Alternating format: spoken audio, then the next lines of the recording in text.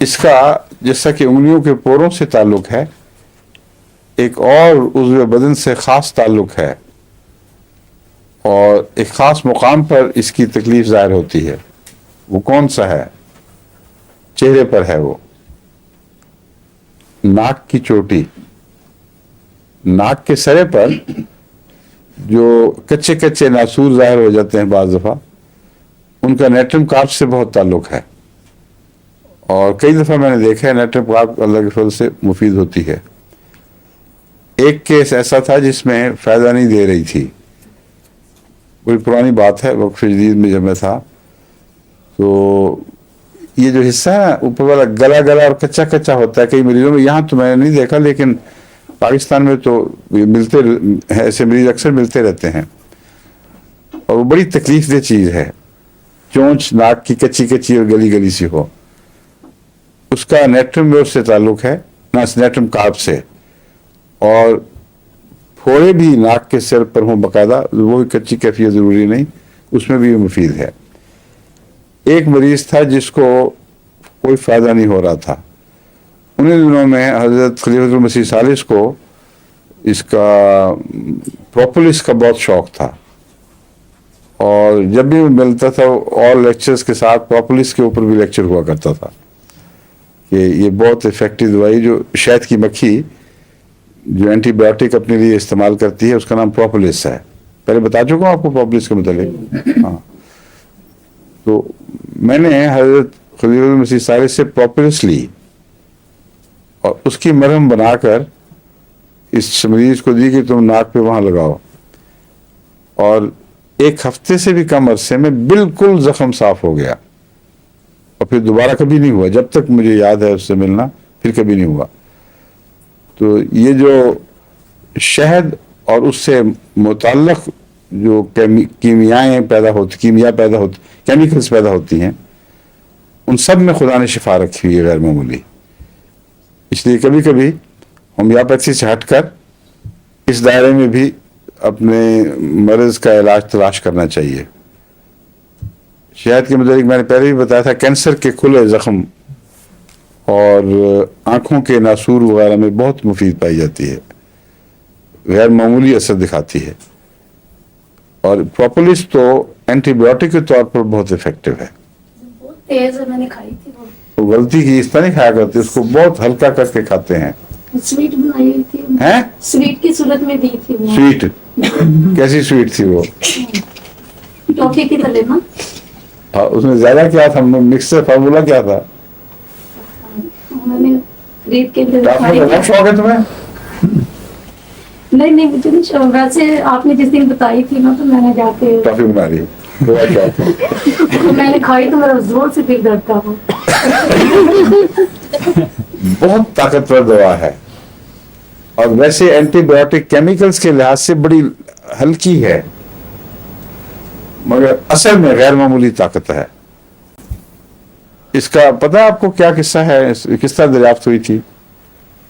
میں نے شاید بتایا تھا لیکن آپ میں سے کئی نہیں ہوں گے اس وقت۔ ایک دفعہ فرانس میں یہ ریسرچ ہو رہی تھی کہ مختلف دنیا میں جتنے انسیکٹس ہیں وہ بعض بیکٹیریا کیری کرتے ہیں، تو یہ اینالائز کیا جائے کہ ہر انسیکٹ، مکھی، مچھر، چھوٹی چھوٹی وہ جو کتریاں وغیرہ، ہر قسم کے انسیکٹ جو ہیں، کیا ان کا کسی خاص بیکٹیریا سے تعلق ہے، کوئی ایک بیکٹیریم کسی خاص سے کسی کے ساتھ متعلق ہے یا متفرق ہیں، تو کیا کیا؟ یہ ریسرچ تھی عمومی۔ اس میں جس سائنٹسٹ کے ذمے شہد کی مکھی لگائی گئی، وہ یہ دیکھ کر حیران رہ گیا کہ شہد کی مکھی کے بدن پر کہیں کسی بیکٹیریا کا کوئی سوال نہیں، کلیتاً پاک ہے۔ اور یہ بہت حیرت انگیز ڈسکوری تھی، جس سے پھر ایک نئی ریسرچ کا آغاز ہوا کہ کیا وجہ ہے کہ شہد کی مکھی ہر قسم کے جراثیم سے پاک ہوتی ہے۔ اب یہ دیکھیں اللہ کی شان، فیہ شفاء للناس، قرآن کریم کا فرمانا خاص طور پر اس میں کتنی گہرائی رکھتا ہے۔ اس زمانے میں کسی کے تصور میں بھی یہ بات نہیں آ سکتی تھی۔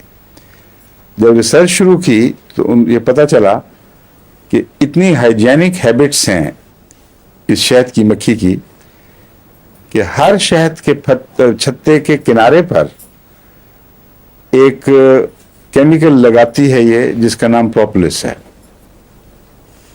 اور پروپولس بالعموم سفیدے کے درخت سے حاصل ہوتی ہے، لیکن ان سارے علاقوں میں جہاں سفیدے کا نام و نشان بھی نہیں، وہاں بھی اس مکھی کو خدا نے یہ بتا دیا ہے کہ تم نے پروپولس کہاں سے لینی ہے.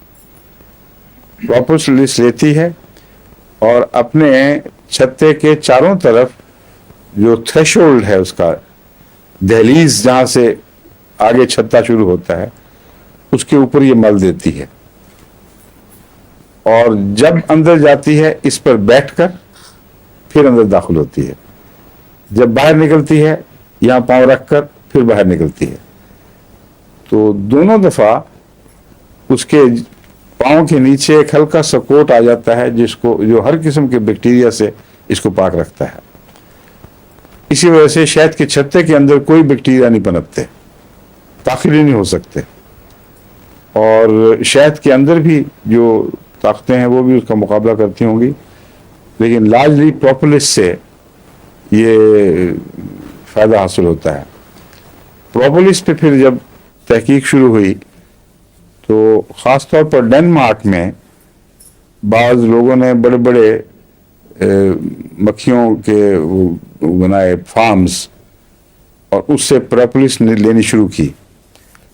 پھر ڈائریکٹلی یہ معلوم کر لیا کہ درختوں میں سے کیسے پروپولس حاصل کی جاتی ہے. مگر اکثر پروپولس موم سے حاصل کرتے ہیں، جو شہد کے بعد بچ جاتی ہے، اس میں پروپولس کنسنٹریٹ ہو جاتی ہے. تو اس کی جو ویکس ہے جس سے بنایا جاتا ہے اس میں بھی پروپولس موجود ہوتی ہے. وہ آج کل یہاں دواؤں میں مل جاتی ہے، لیکن کنسنٹریٹڈ پروپولس جو ہے بہت غیر معمولی طاقتور چیز ہے. ذرا سی آپ اوور ڈوزنگ کریں تو سارے بدن میں آگ سی لگ جائے گی، اور جن کا دل ذرا نسبتاً کمزور ہو دل زیادہ دھڑکنے لگ جائے گا. اس کو ڈیلیوٹ فارم میں لینا چاہیے، اور مرہم کے طور پر اس کو دوسری گلیسرین وغیرہ کسی اور چیز میں ہلکا کر کے یا وٹامن ای میں شامل کر کے، وٹامن ای کریم میں اگر استعمال کیا جائے تو عموماً روزمرہ کے پھوڑے پھنسیوں وغیرہ میں بہت مفید ہے. یہ ہے پروپولس. اور پروپولس کا ذکر کیسے شروع ہوا تھا؟ وہ ناک کے ناسور یا ناک کے کچے زخم سے. وہاں جہاں نیٹرم کارب کی رسائی نہ ہوئی وہاں میں نے پروپولس کی آئنٹمنٹ استعمال کی تو حیرت انگیز طور پر اس کو شفا ہوئی.